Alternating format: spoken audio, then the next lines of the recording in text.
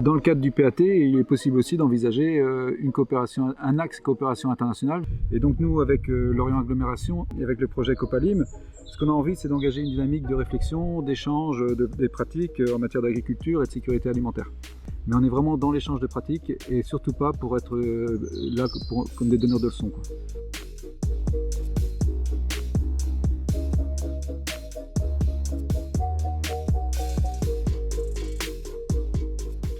Alors les territoires avec lesquels nous sommes en coopération s'inscrivent de manière générale dans des coopérations et jumelages de longue date qui pour certains répondent à une histoire commune. Mais il peut arriver également que des coopérations émanent de suggestions ou de sollicitations de la part du ministère des Affaires étrangères ou bien sûr des ambassades de France qui peuvent nous solliciter. Et puis ce sont les habitants eux-mêmes qui, par le biais par exemple d'associations, peuvent être amenés à solliciter nos collectivités pour regarder des projets de coopération ponctuels.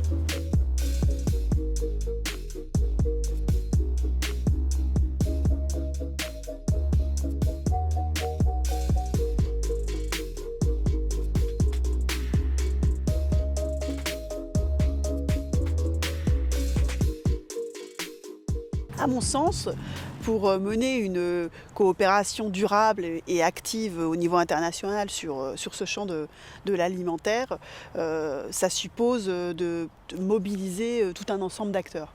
Bien sûr, tout d'abord les techniciens qui sont les premiers, je dirais, concernés pour ce qui est du partage d'expériences et pour pouvoir justement animer et piloter cette démarche.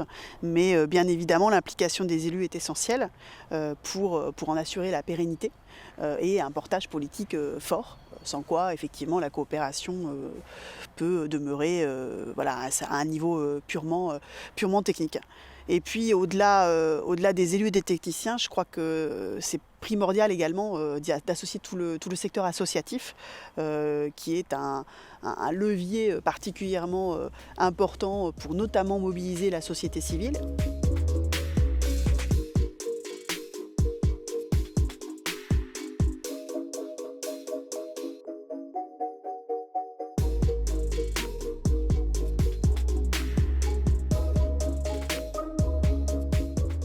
Alors les clés de réussite pour une coopération décentralisée, je dirais c'est une rencontre avec des personnes, des hommes et des femmes avec lesquels on va échanger. C'est des choses qui ne se font pas sur la théorie, qui ne se font pas dans les livres. Donc j'aurais tendance à dire d'aller sur place, d'aller voir, de constater, de goûter aussi, de pouvoir recevoir. Enfin, ces échanges-là, ils sont primordiaux.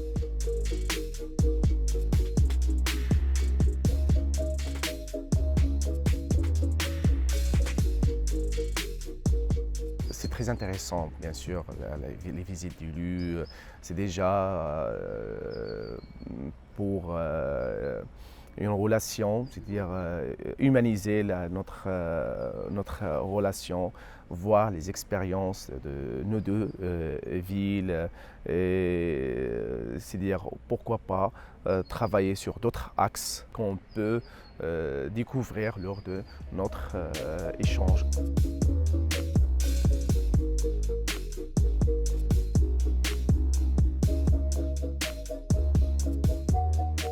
Alors le financement, c'est le nerf de la guerre, en effet, pour ces projets de coopération entre territoires. Donc là, c'est important aussi que ce volet-là se développe sur les techniques, au niveau des territoires, ce savoir-faire et surtout l'accompagnement des partenaires qui nous appuient, qui nous conseillent, nous dirigent vers les sources de financement possibles, que ce soit les affaires étrangères, l'Europe, etc.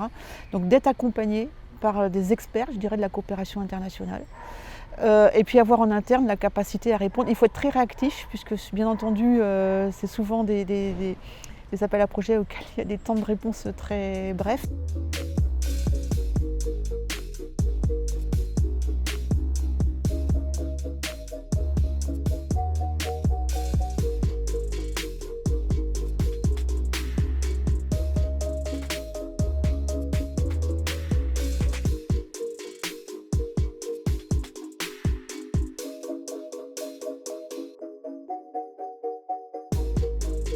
Je pense que ce qui est important aussi, c'est d'avoir des relais sur place, donc que ce soit par le biais des ambassades ou par le biais des associations, mais aussi des volontaires de solidarité internationale. Nous, à Bordeaux Métropole, nous avons pour pratique, par exemple, dans nos accords de coopération décentralisée, de systématiquement avoir un VSI sur place pour pouvoir justement jouer ce rôle de relais local.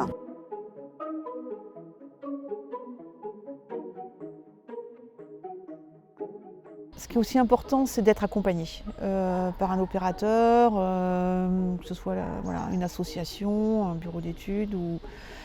Il y a vraiment la nécessité d'avoir une entrée très professionnelle, je dirais, dans la définition des enjeux, dans le diagnostic, la définition vraiment des actions à mener.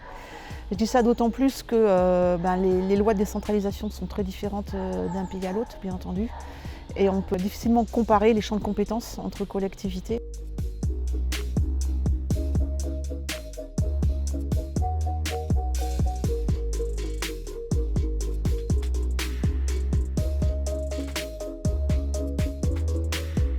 Donc le projet Let's Food Cities, on a créé 7 duos de territoires qui ont échangé sur leur politique alimentaire. On a organisé des déplacements d'élus aussi pour qu'ils puissent se rencontrer et identifier de nouveaux axes de coopération en intégrant les questions d'alimentation durable. On a développé une méthodologie en 4 étapes.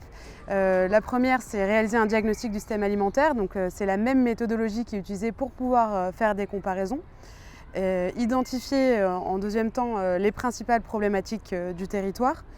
En troisième temps, du coup, faire du partage d'expérience. Donc ça vaut aussi bien pour la politique publique que pour les acteurs associatifs et privés. Donc qu'est-ce qui est intéressant au vu des problématiques principales? Par exemple, sur une politique de biodéchets, qu'est-ce qui est fait à Bordeaux et qui pourrait se faire à Guanajuato? Sur l'accompagnement des producteurs bio, qu'est-ce qui est fait à Grenoble et qui pourrait se faire à Sfax? Et ensuite, quatrième étape, l'idée c'est d'intégrer les habitants, les citoyens à la politique alimentaire. Et donc on propose souvent des temps de partage du diagnostic et c'est pour ça qu'on réalise des films pour partager et engager les citoyens dans cette transition alimentaire à l'échelle du territoire. Alors en ce qui concerne le programme Let's Food Cities, en fait, on est associé dès le départ puisqu'on fait partie des 14 territoires pilotes. Et voilà, on a bien pu bénéficier de ce regard croisé, ce diagnostic croisé qui permettait justement de bien cibler les actions pertinentes à mener. Sur la base de tout ce travail, maintenant dans le cadre du programme Copalim, donc, on enclenche tout ce travail avec la ville de Fès autour de différentes thématiques qu'on a commencé à esquisser ensemble lors de nos échanges. Le volet plus, je dirais, éducatif lié à l'alimentation et au travail avec les écoles, puisque la situation de la restauration scolaire à Fès n'est pas du tout la même que chez nous, donc il faut qu'on adapte nos moyens d'action, je dirais, dans ce domaine-là. La question du développement d'espaces de jardin ou d'agriculture urbaine au sein de la ville de Fès, sachant que là aussi, les règles et les conditions d'urbanisation ne sont pas les mêmes que chez nous, donc aussi un travail de conception à mener, partagé. Tous les échanges qu'on souhaite engager entre nos marchés de gros respectifs, là aussi, beaucoup de choses à apprendre mutuellement, notamment sur la façon dont ces marchés de gros peuvent vraiment avoir des retombées positives sur l'agriculture locale. Un autre sujet sur lequel on est aussi en réflexion, c'est la façon dont on pourrait valoriser ici à Montpellier la richesse de l'artisanat fassi, à réfléchir sur quelle modalité, mais c'est aussi une réflexion qu'on mène ensemble.